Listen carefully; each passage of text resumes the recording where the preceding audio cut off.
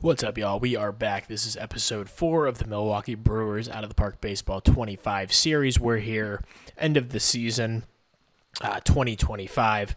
I didn't wind up checking in September because everything just went to shit, quite frankly. August was, miserable. Pretty much put us out of it, even after a good September. And we had a great finish to the year, for what it's worth. That's not what I wanted. We had a really nice run here before this last two series, but we kept ourselves competitive enough that last month, but man, that August was just so bad. Everything went wrong. We lost Christian Yelich for the year.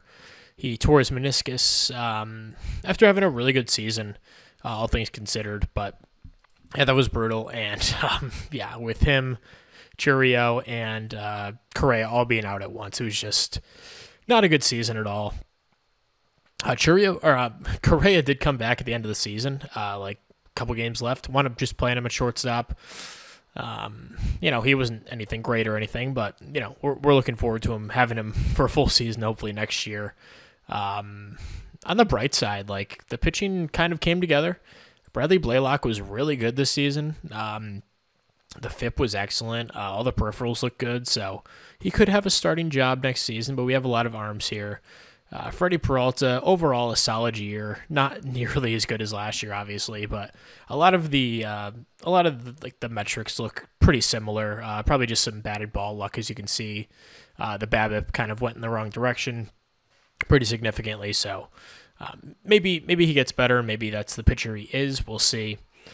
We did go to 6-man rotation at the end of the year, just to get some other guys some innings and whatever. But George Kirby wound up being a really nice pickup. He had a solid second half of the season for us. Not amazing or anything, but really good. Exactly what we kind of wanted. And just out of curiosity, Brandon Woodruff was not really that great in the second half. And Tyler Black, he was okay for Seattle. Actually quite good. They're playing him in left field, which is probably where he should be. And then Rhys Hoskins had a really rough second half for them. So, that trade looks okay. Definitely happy and looking forward to what Kirby can bring. Chase Silleth was really, really good. The numbers don't look that great, just because he did have a couple rough starts to begin, but his numbers in his last few starts were excellent. Really like what we have in him. Tanner Bybee was excellent for us in the second half. And then even Jacob Mazorski wound up throwing in the rotation for 4 starts at the end of the year. The first one is rough, but the next 3 were really good. Kept the walks mostly under control after that first start. We'll see if he makes the rotation next year, but at the very least, he's going to be an elite reliever.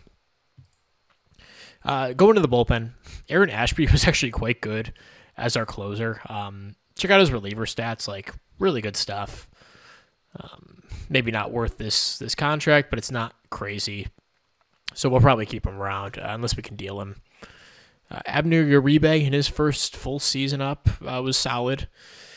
Not amazing, but a good year. Gabe Spire did struggle at one point for us, but overall a nice half season for us. We'll get to these guys that we called up. But Hobie Milner was solid once again for us. The strikeouts completely fell off a cliff. But he got the results. Thiago Vieira, a really nice year. Age 32 season, he was solid. Nick Robertson definitely struggled this season. We'll see if he has any value, but I still like him. And then Trevor McGill, obviously a brutal year for him after an amazing season last year. But he was much better the last month or so of the season. Check out his September. He was really good. And August, I did want to send him down, so I should look at only major leagues. Yeah, the second half of the year was much better for Trevor, but that May and June was just so bad. But he'll be around next season. And then DL Hall wound up getting demoted to the bullpen. for most of the second half. It was a mixed bag. He was actually quite bad. as a reliever. The FIP was better, and the walks were down, the home runs were down, but the results weren't great. So DL will definitely have to fight for that rotation spot next year after a really disappointing year this season for him. As for the rest of the pitching, we called up a couple different guys. Russell Smith, a lefty arm that I really like. He went up pitching 9 innings, really good ball. Could be a nice swingman type, long reliever. Carlos Rodriguez, a guy I was really excited for. He wound up pitching okay. Not a ton of innings. Can't really take too much out of it. This guy, Mason Flaherty, I wound up claiming him off waivers from Toronto. He's 23 years old. He was 23. Now he's 24. And man, he was really bad, but I do like his ratings. I think there's better days ahead for him. He'll fight for a bullpen spot next year. And that's it for the pitching. Brian Hudson wound up pitching quite a few innings for us. He wasn't really any good. Elvis Guerrero was up for 11 innings at the beginning of the year. We'll get to Xavier Warren, but may as well talk about him now. He was horrible. Gave him quite a bit of run, 62 plate appearances, and was really bad. J.B. Bukauskas didn't make an appearance. Robert Gasser didn't get up once again. And Evan McKendry didn't pitch much after the first month of the year. We go to the hitting, where things get pretty bad pretty quick after you get past Juan Soto, who had a great season in his first year. We do need to make a decision on his position because he's a horrible right fielder. Maybe he moves to left. Maybe he goes to DH. Maybe he plays first base. I'm not really sure yet. We'll figure that out in the offseason. Mike Tauchman, we signed him to a minor league deal. He came up at the end of the year, played pretty well. But he's not a long-term piece, obviously. Brock Wilken, I kind of called my shot with him having a good second half, and he did. The BABIP's still really low, but definitely a positive WRC plus. 23 home runs in 100 games, really good numbers. So excited for Brock as he enters I guess this was his first full season. He played most of the year up here. Correa, we kind of talked about him. Didn't play too much this year. Jefferson Kiro had a nice rookie season. 102 WRC plus, 2.7 WAR, 13 home runs. Played some excellent defense behind the plate. And that makes things a little bit awkward for William Contreras because, he didn't have a great year offensively. His defense was okay. He could play some first base now. He can DH. So I don't really know what we do with William Contreras if Kiro is our guy. We'll see. I like Contreras a lot, so I don't really want to trade him or anything, but we will see. And the numbers for Eugenio Suarez do not look great. I mean, 96 WRC plus, 1.8 WAR, just about a league average player. But from what we were working with at the beginning of the year to get him on a minor league deal and have him in the lineup every single day for a majority of the season, really outside of the first month, was huge. And he provided a lot of stability to that position. He was fine defensively over there, actually quite good, 2.7 zone rating. And overall was a really nice player and a good acquisition. He wants a good amount of money this offseason. Probably won't give him that. And then Garrett Mitchell, a disappointing year after an excellent 2024. He was always kind of platoon guy for me. Played really well against lefties, surprisingly, this year. Not so much against righties. Of course, like 3/4 to 4/5 of your at-bats are going to be against righties, so his numbers don't look great on the year. He was fine enough. He didn't kill us offensively. His defense wasn't that bad in center. I want to play him a lot in left. At the end of the season when Yelich went down. And then we have Joey Ortiz. This is a fun one because, I kind of gave up on him, sent him down to the minors. He hit really well down there, and then we traded a bunch of guys. He was kind of the last man standing in the infield, so I was like, screw it, may as well play him at shortstop, see what happens. And, he was really good. 91 WRC plus coming back from an abysmal first half of the season where he was just not hitting at all. And wound up getting demoted quite quickly. And then you called him up in July, I think, and then August, September, a really, really solid player. So he probably earned at least a roster spot next year. Probably not a starting gig, but, he could be a starting second baseman for sure. Owen Miller, we called him up when we traded all those dudes, and played really well in limited time. Definitely solidified our backup infield, corner outfield, backup. He kind of played all over the field for us. A lot of second base, but he did play some other positions, DH quite a bit. So he was solid. Blake Perkins definitely had a bad year.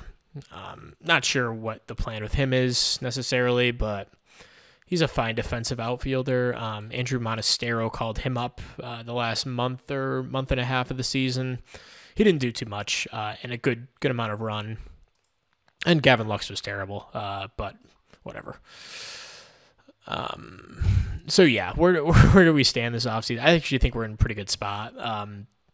So Yelich will be back, and Churia will be back. Hopefully we get a full season from these guys, as well as Correa. I mean, this was the 13th ranked offense. We were, top 3 before a bunch of these guys went down, like in the first month.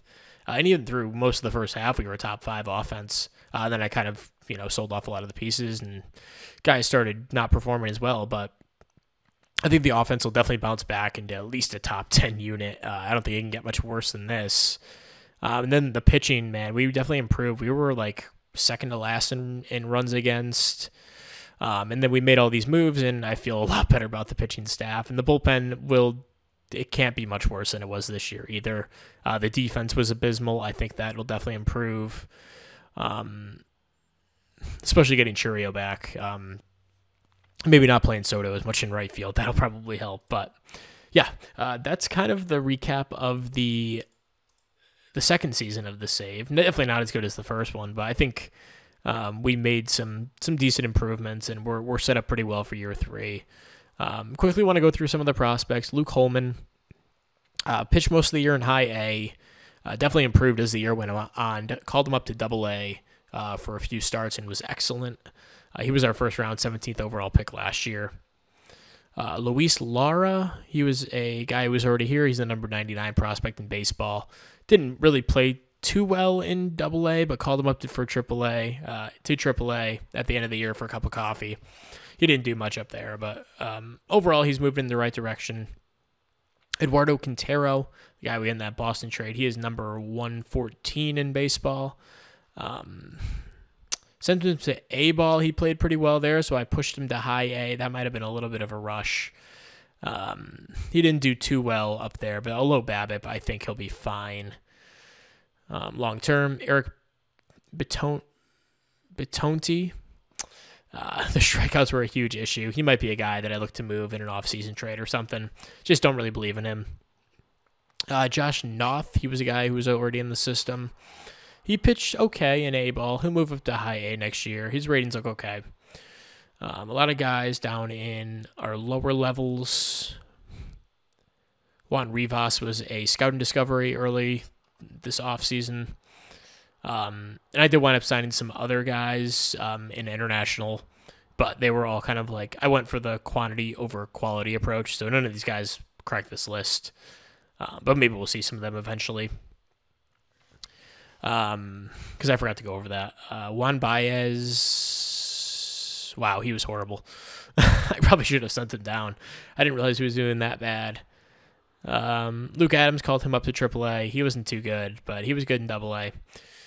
Cash Mayfield, the other guy we got in the Red Sox trade, when we shipped away Bryce Terang and Reed Garrett, who didn't pitch well for Boston, by the way, and Bryce Terang was also not good for Boston. So that's looking like a pretty good trade if these guys work out, at least even decently.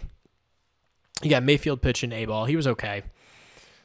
Carlos Rodriguez is up with the team. Shane Smith talked about him quite a bit at the deadline.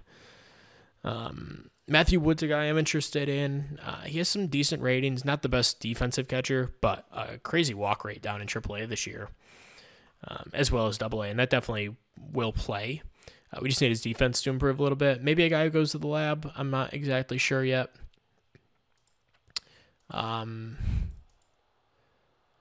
And we have a little bit of money this offseason, so we'll see what happens. And yeah, that's kind of the recap fully of the second season here. And we'll come back after the playoffs and get into the offseason. All right, so we're back here. Kind of started the offseason. We have some arbitration stuff to do. Most of the guys are already signed. We're going to non-tender Gavin Lux, Owen Miller, and Mike Talkman, all guys who were projected to make over $1 million, $1 to $2 million. So these guys really weren't anything special for us. Owen Miller's a guy I wouldn't mind bringing back on a minor league deal, but definitely not like a guy I'm willing to pay $1 million to or anything. I will add him in my targets, though, because I wouldn't mind bringing him back. Hobie Milner and Eugenio Suarez will hit free agency. Suarez is a guy I would consider bringing back, but he wants a decent amount of money. We'll see if that price drops throughout the offseason. So we're going to go through awards. Also, I have the development lab set up, so we'll go through that in just a second. We have Gold Glovers. We didn't have anyone on our squad. It doesn't look like. Reliever of the year. Definitely don't have anyone. Our bullpen was pretty abysmal this season. Silver Sluggers. There's a moderate chance, but it looks like Juan Soto didn't get the Silver Slugger this time. Michael Harris. Holy shit. 46 home runs? Are you kidding me? Oh my God, where did this come from? I mean, jeez. That's an insane year for Michael Harris. Good for him. Crazy BABIP. I guess he's always a high BABIP guy. James Wood, Jordan Walker, both really good players. So it doesn't surprise me that they wound up taking it ahead of Soto.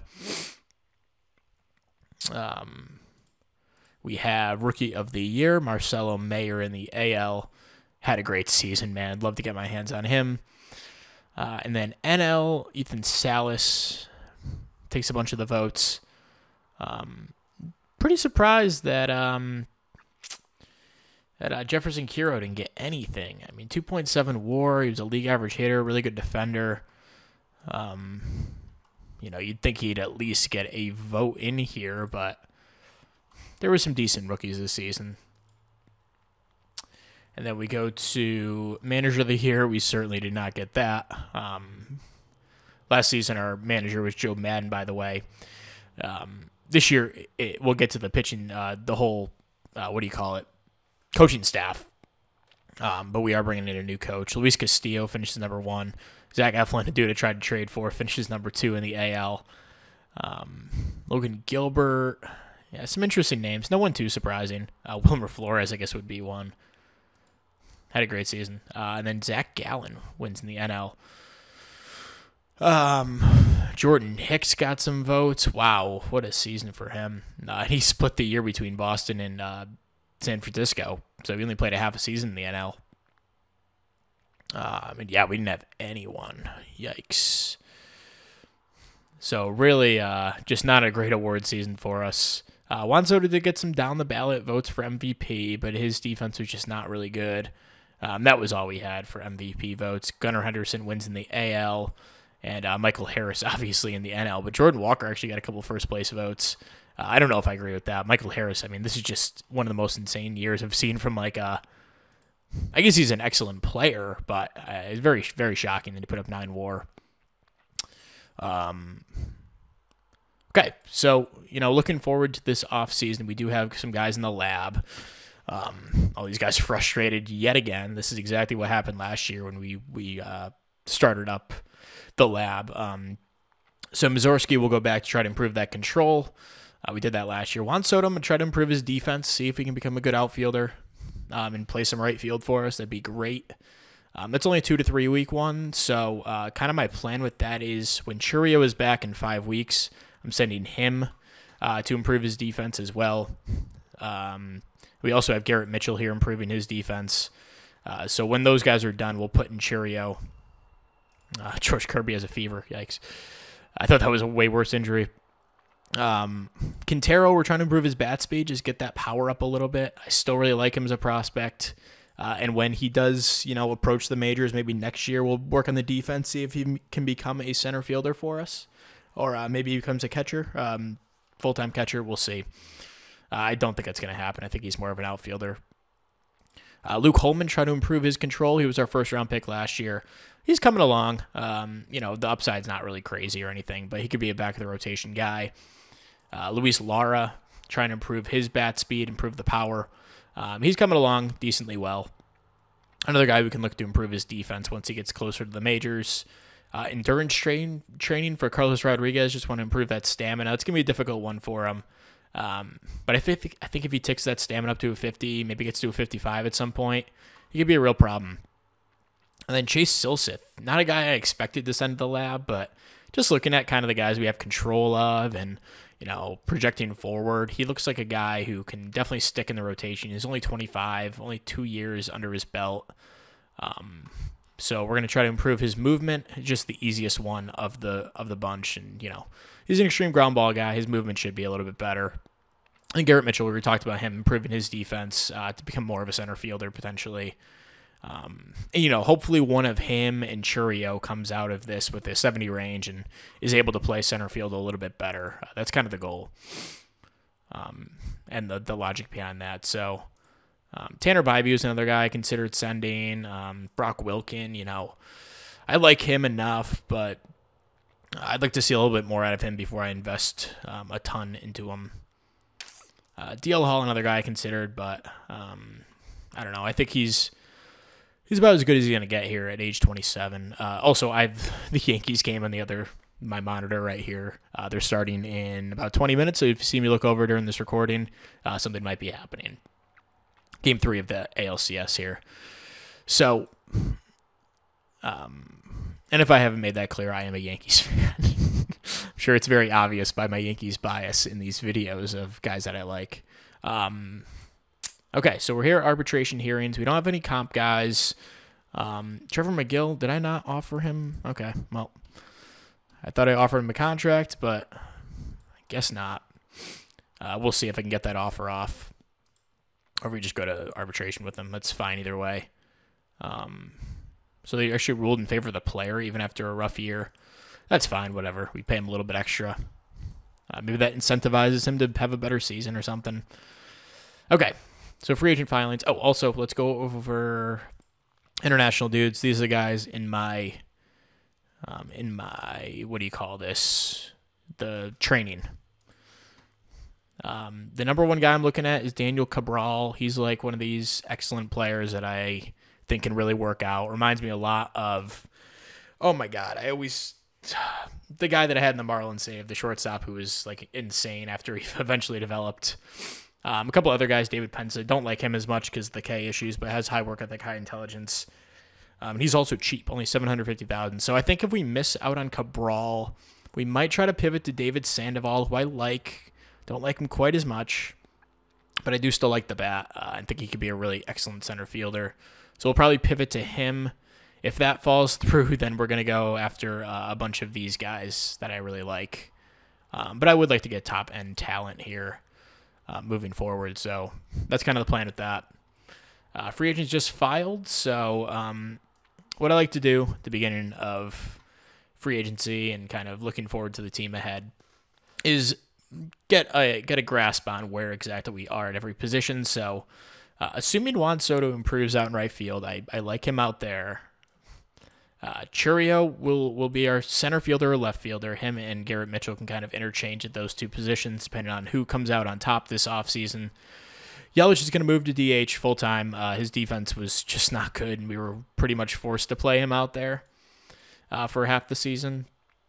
Carlos Correa will be back at shortstop. That's a great thing. Joey Ortiz might have proved enough last year and is really good month and a half at the end of the year to earn an everyday spot, but I'm going to hold off on that for now. And it might be William Contreras moving to first base. I want his bat in there, but I don't really want him catching over Kiro because Kiro was really, really good last year. And Contreras' bat is probably still good enough to play at first base. And I like having the option to have our first baseman also back up at catcher. So, every fifth day or whatever, Kiro needs a break, just throw Contreras behind the plate. He's good enough back there where I'm cool with that. But his bat is also in the lineup every day. So we don't really need a backup catcher. Who knows? Maybe we'll still carry one, but But where does that leave Brock Wilken? I'm not really sure. um, see, we have too many corner guys right now. Like, the Juan Soto thing really didn't make sense. I just kind of wanted to get him on this team, and we figure it out later. But now it's time to figure it out later, and don't really have much of a plan for this. Totally, an oversight on my part, I guess. Is it possible to flip William Contreras for a third baseman at this point? Like, maybe. And maybe Brock Wilken just gets flipped for a third baseman type or a second baseman. The farm system doesn't have much coming. We've kind of used up all of our really good players. We are 27th out of 27th out of 30 right now, and no one really on the horizon. Besides maybe Luke Adams, but he's not a third baseman. So, we've invested a lot in our pitching, which has left our hitting a little bit barren. But that's where free agency comes in. So, what do we have to spend? We have $31 million this year. Willy Adames hits the open market again. He must have opted out. Yeah, he opted out after the first year in that deal. I mean, not crazy to bring him in here. He was great for us. He had a decent little year for San Fran last season. He's a leader, good work ethic. That kind of hamstrings us with our salaries moving forward, though. Yelich will be out after 3 more seasons, which sounds like a lot, and it kind of is. We have Kirby to pay. We have Contreras to pay. A lot of guys who are in for decent raises. So, you see this 2028 projection. I don't think that's too far off. And that's with Contreras hitting free agency. So, it's really tough. Really tough. We might wind up just using more of a stopgap here. Tyro Estrada is a guy I like. Jorge Polanco's okay in theory, but not much of a third baseman. He's more of a bad second baseman. Alec Bohm, I kind of like this. Could definitely be a stopgap guy. Coming off a bad year, but was decent for Philly the year before. Has some decent ratings, and a good defensive third baseman as well. Big Bobby Dahlbeck. Yeah, Johan Moncada. I'm not going down that road. And look at that. He actually had a pretty good year last year. So yeah, maybe this is a trade opportunity. But let's look at all the free agents. So Edwin Diaz, probably going to price this out. Devin Williams, we could bring him back. He wasn't really that good for Cleveland the second half. He only wants a 1-year deal, so if all else fails, we can bring him back. Ryan Helsley wants $1.8 million. I mean, that's the biggest no-brainer I've ever seen. Why does he want nothing? It's bizarre. His RWAR was negative 0.6. What the heck? His results weren't even bad, which is the crazy part. Okay. Danny Jansen's a nice backup catcher, but not really a difference maker on our team. I like Tyler Rogers. It's okay. Yeah, this is a pretty weak free agent class. Adames is definitely the highlight. We don't really have money for him long term, so I can't go down that road unless it's a 1-year deal or a 2-year deal maybe. I think we could probably make a 2-year. If he wanted to do this, we can make this work. Okay, we'll keep in negotiations with him. Maybe his price drops. Okay, so at least we have a gauge of what's going on here in free agency. We'll come back with the moves that we wind up, kind of deciding what path we decide to take here. Gregory Santos is the guy we're definitely like. But yeah, we'll come back and update in just a bit. Okay, so we are back. It is just about the start of the preseason. We have a couple, actually quite a few moves to announce. You can see some new names in the lineup here. We'll get to that right now. So, uh, no huge moves or anything here. Kind of moving into the next season. Let's go back to 2025. So, do we have anything in November? I guess not. Oh, it'll be here. Okay. So you can see all the moves here. The first big one goes down. All of these were just kind of arbitration stuff, whatever. First big one was right here. So Shane Smith, he was a guy who was pretty highly valued. I like him, but he's a reliever. Probably will be a decent middle reliever, but and a guy I didn't really want to trade, but I think the trade makes a lot of sense for us. We also give up Tyler Wosner in this trade. A guy I like the upside, but he's 26. I don't think he's ever going to reach that. So right now he's a fine player, but I don't think he'll be anything special. And in return, we're going to kind of buy low on Noelvi Marte. His defense was better when I picked him up. He was at a 60 range. Now he's down to a 55. But, he hasn't really gotten a shot in the save for Cincinnati. He's gotten 36 plate appearances in 2 seasons. He's just stuck behind, a really good middle infield in Cincinnati. As you can see, they have obviously Ellie De La Cruz.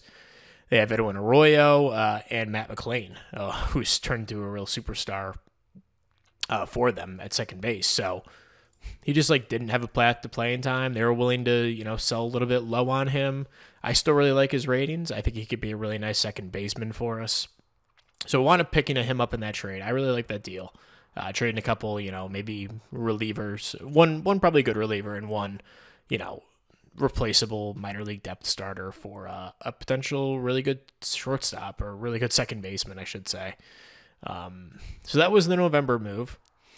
And then this was a smaller trade, but we kind of also bought low on a guy who had a really rough season in Colorado, Ryan McMahon. Negative 1.3 WAR, 55 WRC plus. Driven by a really low BABIP. He still has some decent ratings, a good defensive third baseman at the very least.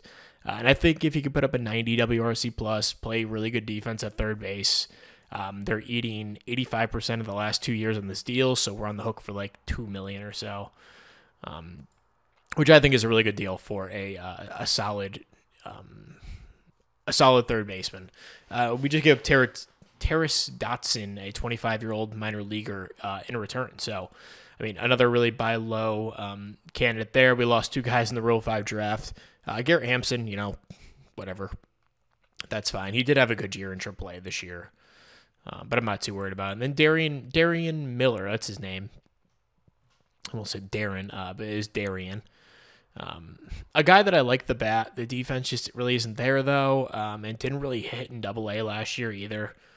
He's 24, could turn into a nice first baseman DH, but I don't see the upside at catcher.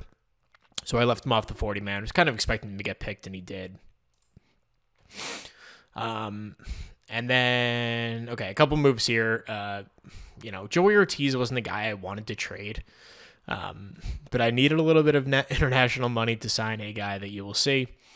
So we wound up dealing him for $1.21 million in international pool money. The pool money is so expensive and so hard to come by, and the Dodgers are one of the few teams that had it. So we wound up trading Joey Ortiz. Not a guy I wanted to give up again, but he may have overachieved a little bit last season with a 90 WRC plus with a 335 BABIP. Not saying he can't be a 90 WRC plus guy, but picking up Ryan McMahon kind of made him expendable. We signed Cole Reagans to a cheap 1-year deal, looking to see maybe he can bounce back after a tough season for Kansas City last year where he was non-tendered. I still see a little bit of upside here, so and I like him in real life too, so went and picked him up, and that's pretty much been the offseason so far. It's been a bit quiet, but we did sign one minor league guy, international, that I really liked. All these pop-ups are happening.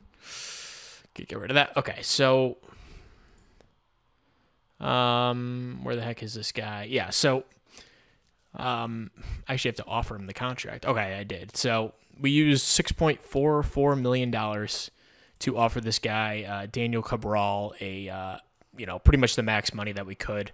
We were a little bit off of what some of the top teams had, so wound up going a little bit deeper. I love the infield defense. I think that can tick up, and the bat looks really, really good if he's able to develop. 6'5", 170. I think there's room for him to improve. Massive power upside, really good bat skills potentially. So a guy I wanted to get in the building here. So wouldn't be shocked if he came in as like the number one prospect in baseball next year as a 16-year-old.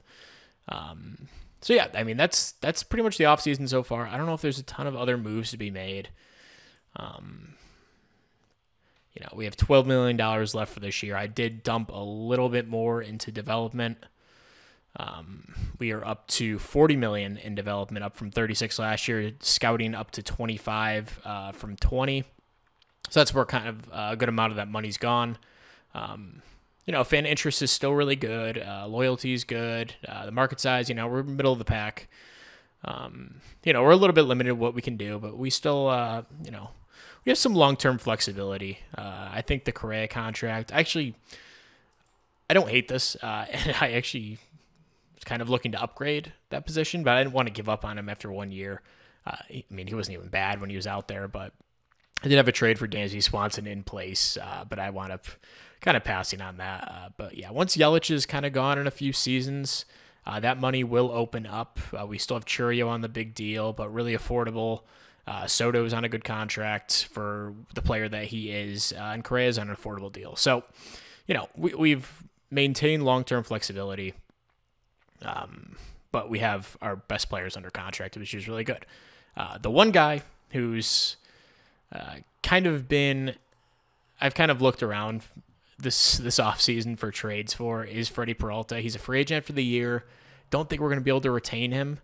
And I did want to maximize his value. I didn't really see a ton that I liked. I mean, there's some good trades, but I think it's better off we just run with this season. I did take him out because I thought I was going to trade him. I'm not really sure. I don't like just shopping guys around because it kills the morale, but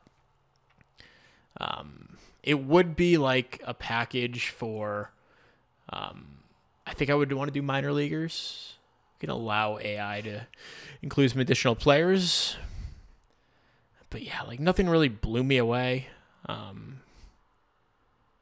Yes, this is the trade. Now I'm recording this on Monday. I recorded the last episode on Thursday, I think. So it's been a little bit. But Taj Bradley was the guy that I was targeting. That's what it was. He's really young, really controllable. They want $10 million cash. So it wound up being like, it might have been straight up Bradley for Peralta. I might have tried to get something else out of them. I mean, I would love to pick up like Jose Siri. I don't even know if we have a spot for him, really. I guess we can always use a left or right-handed outfielder. These are kind of the lineups that I was looking at. I don't really want to play Mitchell against righties. Just really was not good last year in a full-time role, and his ratings are definitely worse. So I could use a strong side platoon guy, and Siri wouldn't be bad in that role. I clicked that so many times. Holy crap. Would they throw in some pool money here? When did I sign Mauricio Dubon? It must be a minor league deal that I signed this offseason. I like that pickup. They would throw in some pool money, Siri and Bradley. I don't want to give up $10 million cash, so I'll throw in $815,000 though. Okay, yeah, they don't really want to give up the pool money. But yeah, they'll do. Jose Siri's making so much money though. I mean, he'll probably just get non-tendered at the end of the year. And I'd love to get my hands on Carson Williams, but that ain't happening. I'm almost certain of that. So what if they threw in like a bad contract? Is that something they're interested in? Aaron Savali would be a nice. Okay. They don't want to give him up. I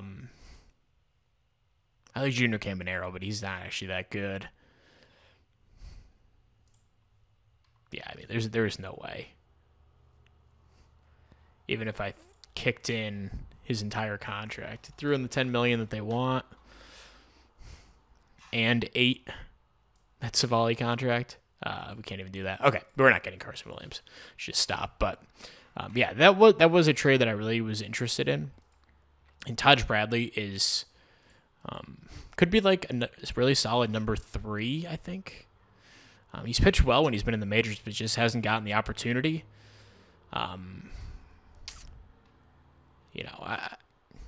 think this makes a lot of sense.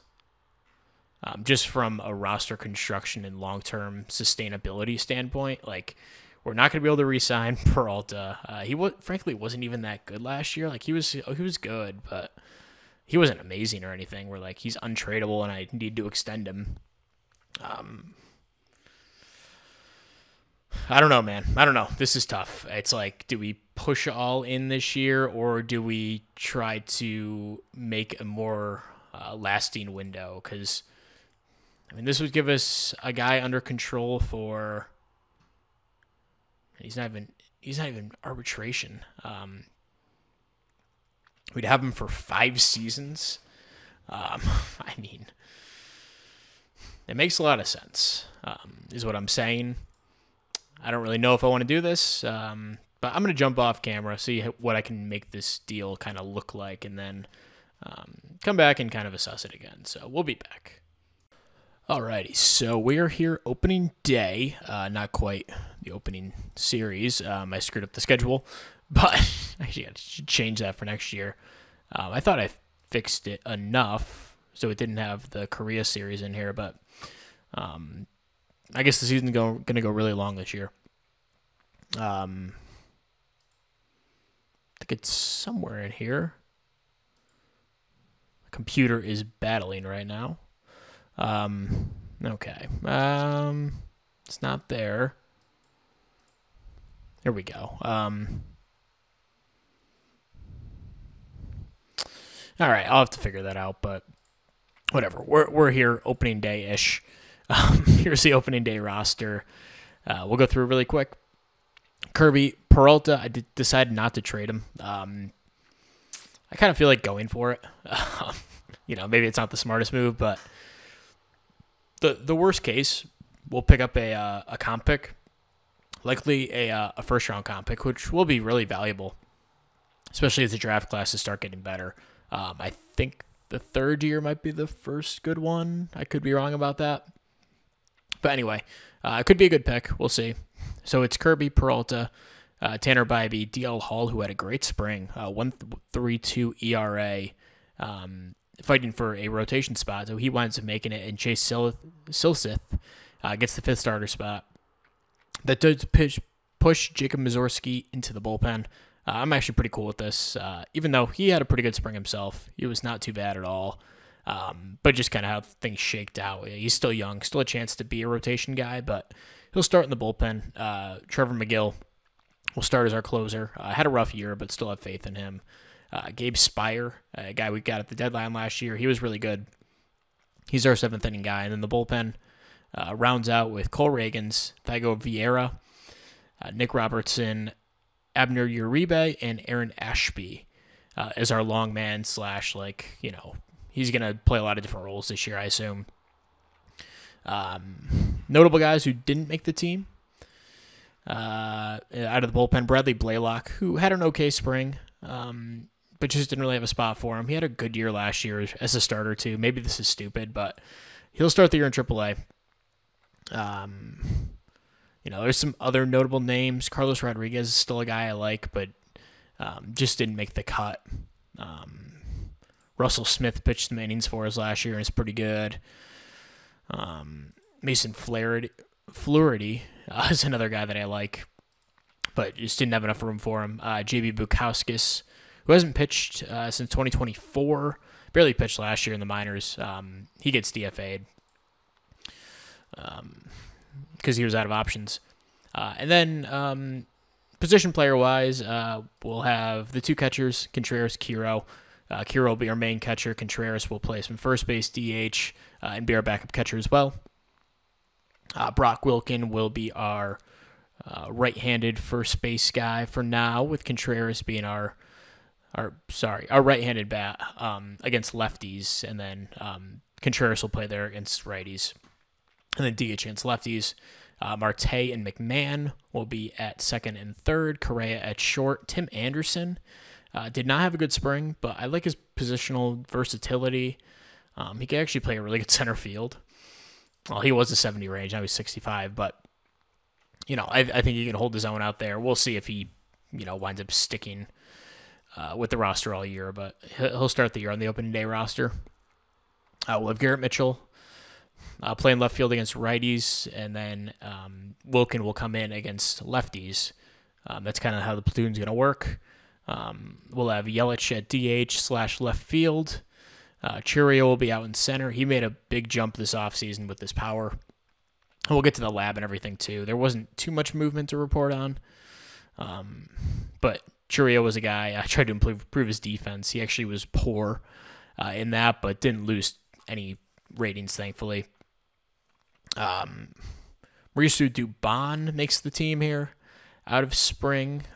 Again, just a guy like his positional versatility. Didn't have a good spring or anything, but a guy can play a couple different spots. And his right-handed bat, which we kind of need in the outfield. Blake Perkins also makes it. And Juan Soto will play some right field and be a backup first baseman. I did train him and Yelich at first base this offseason just to get him a little bit of experience in case we need to call on them to do that. So that's the opening day roster. Player development, as I kind of suspected, Daniel Cabral does come in as the number one prospect in baseball. It's a guy I kind of needed to have in my mind, so really excited for him. He's still a couple years away. He'll start the year in the complex as the number one prospect in baseball. We have a couple other guys in the top 100, though. Luke Holman, he was one of our successful lab guys, improved his control just a tick. He probably doesn't have the highest upside or anything, but could still be a good pitcher nonetheless. And Luis Lara, another guy who had a successful lab stint. He actually improved his power just a little bit. He's not a big guy or anything, but if he can give us 10 home runs a year, that'd be really cool. He'll start the year in AAA, though. And Holman will be in AA. Euphory Rodriguez, actually sent him to the lab as well for his defense. He wound up improving, so now he's kind of a really capable left fielder instead of just an okay one. He was 55 range before, now he's 60. Still has some upside. He'll start the year in high A. Eric Batoni, another guy in the top 200. Still has a long way to go and really hasn't proven much at all with the bat. He'll start the year in A-ball. Eduardo Quintero, a guy who might have been pretty close to the top 200, now top 100, falls to number 180. Still like him, but he did lose some ratings this offseason. Could still be a decent player, though. And then Daniel Gularte, a guy I'm really excited for. He improved his defense this offseason. I went from a 60 to 65 range. We sent him to the lab for that. I wound up sending, I think, maybe even 4 crops of guys to defense. Probably hit on like a quarter of them, which is really cool. Maybe even a little bit more. But yeah, a guy I'm excited for maybe a backup infielder spot. If Anderson struggles, he's probably like the next guy up or pretty close to that. Then some other interesting guys, Josh Noth is a guy I like. He was in the system before we took over. High work ethic, high leader. Still a young dude. He'll start the year in high A after having an okay season in A-ball last year as a 20-year-old. Sean Gamble was our first-round pick last year. Really good personality. Still has some upside, but a young dude. He's a ways away. Zach Root, he was our second-round pick last season. He starts the year just outside the top 200. We'll see what he turns into. George Quintana, or Jorge Quintana, a guy teams really like and are really interested in trading for, but he's still too young for me to move on that yet. Juan Rivas was a scout and discovery last offseason. Looks like a decent player potentially. We'll see. He's still only 17. Juan Ortega, a guy I'm excited for potentially. He was an international guy last season. in a batch of dudes that kind of went for quantity over quality last year, but he's a decent prospect. Juan Baez, he has some upside, good floor as well as a 20-year-old. He'll be in high A to start the year. Cash Mayfield, guy we got in that Boston trade as well. With Quintero, sorry. That was the Bryce Terang, Brandon Drury, Reed Garrett. A couple different guys that we gave up, but I think that was a good trade overall. Mayfield had some upside. Matthew Wood, a guy I'm kind of excited for, had a really nice spring. He'll be in AAA to start the season. Jaden Melendez, another dude I'm really excited for. I know I've been saying that a lot, but there's some good players down here, even if they're not top-rated guys. Has some good ratings and really far along as a 23-year-old. Could crack the major league roster as soon as this year, but he'll start the year in high A. We kind of have a logjam of catchers in our system. Another high upside guy. He was a scout and discovery back in 2024. Dylan O'Ray, just no power. I don't really know how he'll turn out. And Julio Victoria, good high floor 17-year-old. High floor for a 17-year-old, I should say. So, where'd I want to go next? Let's go to, the lab results are, I guess they're right here. So these are just some of the defensive ones. Slade Caldwell tried to improve his defense a little bit, but he didn't work out. But Daniel Guarte, we talked about him, outstanding development at shortstop. Travis Honeyman, another one of these guys. So these were a batch of 8 dudes that I tried to improve their defense. Wound up hitting on 2 of the 8, so 1 out of 4, not the worst, but not the best either. And these were some of the more off-season long ones. You see Churrio was poor in his defensive development. Did not improve Mussorgsky's control. Quintero didn't improve his bat speed. But Luke Holman, you could see he was successful with his control. We talked about that. Same with Lara. Carlos Rodriguez, I tried to improve his stamina, and Chase Sillith to improve his movement, just because he's a controllable guy. Just try to tick these guys up, but neither of those improved. And then there's some other defense ones, but none of them really worked out, I don't think. Yeah, Correa, Marte, I sent those to. Mitchell, Soto, no improvement there. Willie Adames wound up signing with the Blue Jays as well, after opting out of his deal with San Fran. Nothing else too interesting from this offseason. So we'll go into opening day here. Our owner, his expectations are to play about 500 or to achieve a winning record. I forgot what his verbiage was exactly. Stay close to an even record. So, definitely doable.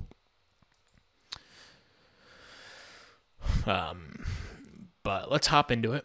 Very excited. You can see our position rankings. We look pretty good at certain positions. Other ones, not so much. But I think Marte has some upside, and McMahon can definitely be better than 26 with his defense. And Brock Wilken also has some upside. Jefferson Kiro is a great defender. There's some good things to talk about, even if those guys aren't the best players. So Bukowskis, send him to AAA. He passed through waivers. And we will face the Angels here on opening day. Reed Detmer is a guy who's been in a lot of trade talks with us, still with them. Could still potentially be a guy I look to pick up because I do like Reed Detmers quite a bit, and he's on a great contract and had a terrible season last year. Really nice deal, though, he's on. We'll kind of see where the season takes us with that. But, okay, opening day here. We will face the Angels in LA. George Kirby will get the opening day nod after a really good half season for us. After picking him up in this really significant blockbuster. It looks like they wound up picking up Brandon Woodruff's option. Very interesting. He wasn't really good for them. It's a lot of money to pay. And Tyler Black here. You see, he had a rough spring, but played well for them down the stretch. Okay, let's jump into it. George Kirby against Reed Detmers here, opening day 2026, and we win 9-5. Offense coming through. William Contreras, a really nice day, drives in 3 runs. Ryan McMahon drove in 2 runs as well. It's great to see. Juan Soto had a nice day as well as Churio. Kirby had a solid enough start. Ashby was not good out of the pen, but Gabe Spire coming through with a nice performance out of the bullpen to close it out. And we'll have game 2 here. Freddie Peralta against Rosny Contreras. Let's do this one. And we wind up winning 7-3. Another nice showing from the offense. We get 12 hits in this one. Soto a 3-hit game, 3 RBIs. Churio drove in a couple more runs. Looks like he might have had a home run. Yes, he did. Soto did as well. And Garrett Mitchell drives in a pair. Multi-hit game from Yelich and Kiro as well. Peralta, a really nice start to start his season. Spire and Mazurski close it out. So looking for the sweep of LA. Tanner Bybee will be on the mound against Alex Pham. And let's pick up the sweep. And we win 5-2. Really nice game from the pitching, it looks like. Great start by Tanner Bybee. Cole Reagan's not great out of the pen, but Trevor McGill. How many times am I going to do that? He picks up the save, his first on the season. McMahon, a multi-hit game. Noelvi Marte drove in 3 runs. Had a home run in this one. And a great series to start the year. So that is how we open up 2026. And we will come back next time for the deadline draft episode. And we will see you guys then. Take care. Bye.